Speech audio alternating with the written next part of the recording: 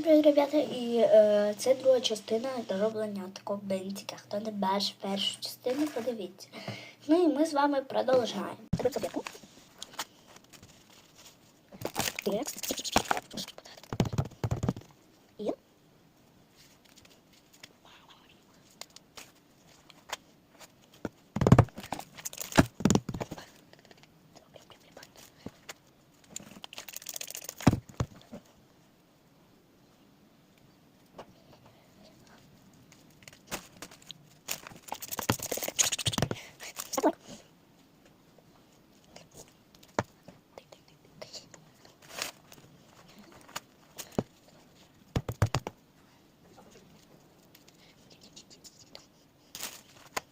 Я буду робити з пальцем.